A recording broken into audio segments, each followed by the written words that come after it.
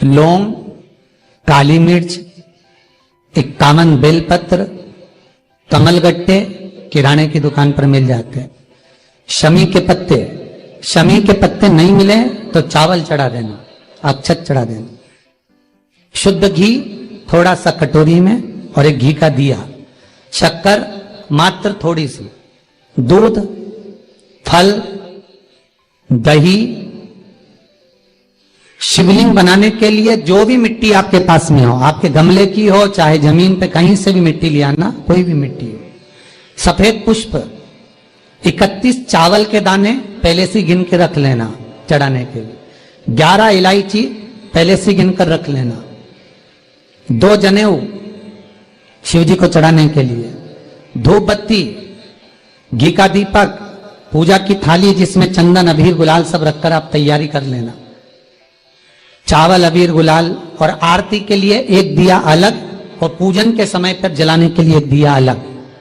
जो पूजन के समय दिया जलाएंगे सबसे पहले जलाकर फिर पूजन चालू करना है। उसके बाद में जो आरती का दिया रहेगा आखिरी में आरती करना है। भगवान शंकर से प्रार्थना करना, कामना करना, जो जो चीज आप जिस जिस चीज के लिए समर्पित कर रहे हैं भगवान आपकी मनोकामना पूर्ण करे, ये भाव रखिएगा हमारा। शंकर भगवान आप सबकी मनोकामनाओं को बहुत दिल से आनंद से खूब दे।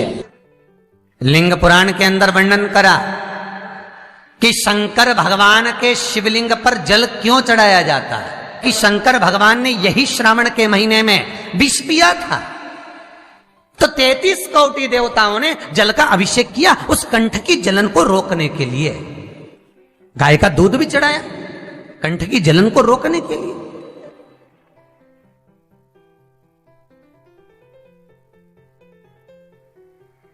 कल एक प्रश्न था, बड़ा सुंदर प्रश्न था व्हाट्सएप पर, किसी कॉलेज के लड़के ने लिखकर भेजा था, कृपया गुरुजी से पूछकर बताएं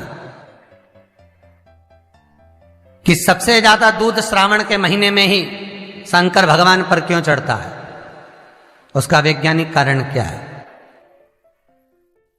भैया आप कथा सुन रहे हैं, बहुत प्रेम से सुन रहे हैं, इसकी मुझे खुशी है, प्रसन्नता है। श्रावण के महीने में शंकर भगवान पर गाय का दूध सबसे ज्यादा इसलिए चढ़ता है क्योंकि गाय हरा चारा खाती है। बारिश होने लगती है आषाढ़ से तो हरा चारा खाना गाय चालू कर देती है, और गाय जब हरा चारा खाती है तो उस हरे चारे में हो सकता है कोई जीव हो, कोई झिंगुर हो, कोई ऐसा जीव हो जहरीला, और वो गाय उस चारे को खाते खाते उसके शरीर में हरे चारे के रूप में वो विषधर जीव भी चला जाता है। जब विष अंदर जाता है तो गाय के रक्त के शरीर की नाड़ियों के माध्यम से दूध में मिल जाता है। इसलिए वैज्ञानिक कारण यह है कि गाय का जो दूध कच्चा निकलता था श्रावण के महीने में वो शंकर भगवान को समर्पित कर देते थे कि ये विष वाला दूध हमारे घर में कोई पिए ना।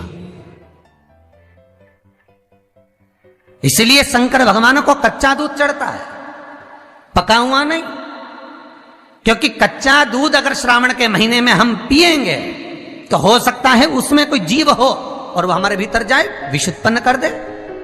इसलिए श्रावण में पका हुआ दूध गर्म कर कर उसको पिया जाता है, पर शंकर भगवान को कच्चा समर्पित किया जाता है। विषधर को विष ही धारण हो सकता है,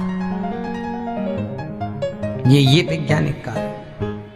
तो सर्वाधिक दूध शंकर सर्वाधिक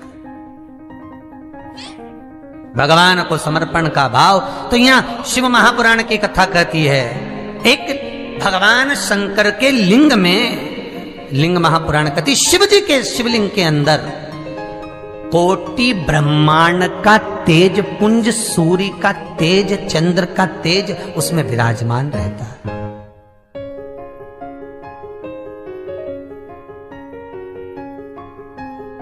उसमें विराजमान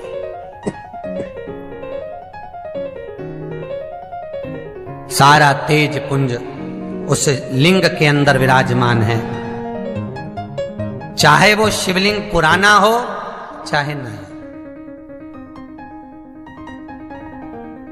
वो कैसा शिवलिंग का एक बार रुद्र अष्टाध्यायी से अगर अभिषेक हो जाता है, शिवलिंग का एक बार अभिषेक यदि हो गया तो वो शिवलिंग सिद्ध हो गया, उस शिवलिंग की सिद्धता हो गई। उसी तरह जैसे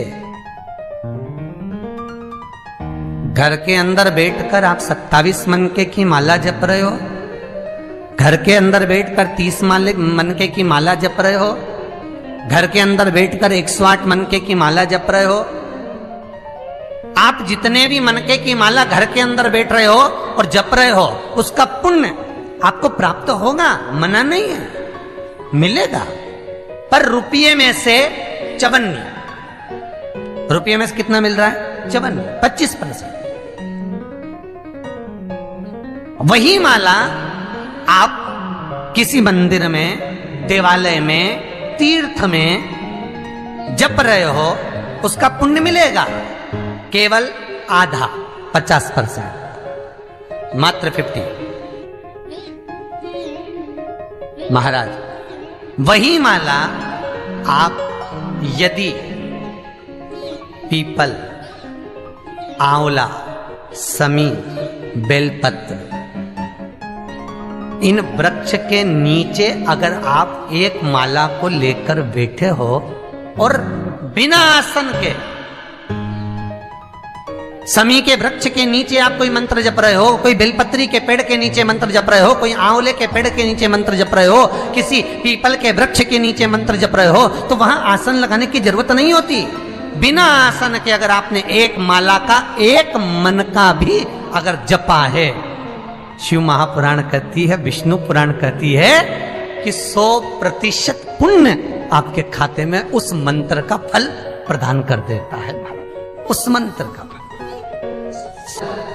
शिव महापुराण की कथा, लिंग पुराण की कथा, विष्णु पुराण की कथा, पद्म पुराण की कथा कहती है कि किसी वृक्ष के नीचे, जिन वृक्षों का गुणगान हमारे शास्त्र करते हैं, जिन वृक्षों का गुणगान हमारी पुराणे करती हैं, उन वृक्ष के नीचे अगर एक मंत्र का मन का भी फेरा जाए तो उसका पुण्य हजारों गुना प्राप्त हो जाता है, आप रूप प्राप्त होता है अपने आप।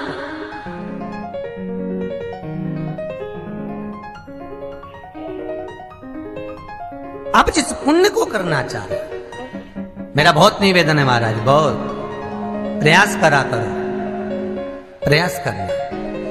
अगर हाथ के मनके की माला भी नहीं हो और किसी पीपल के पेड़ के नीचे 15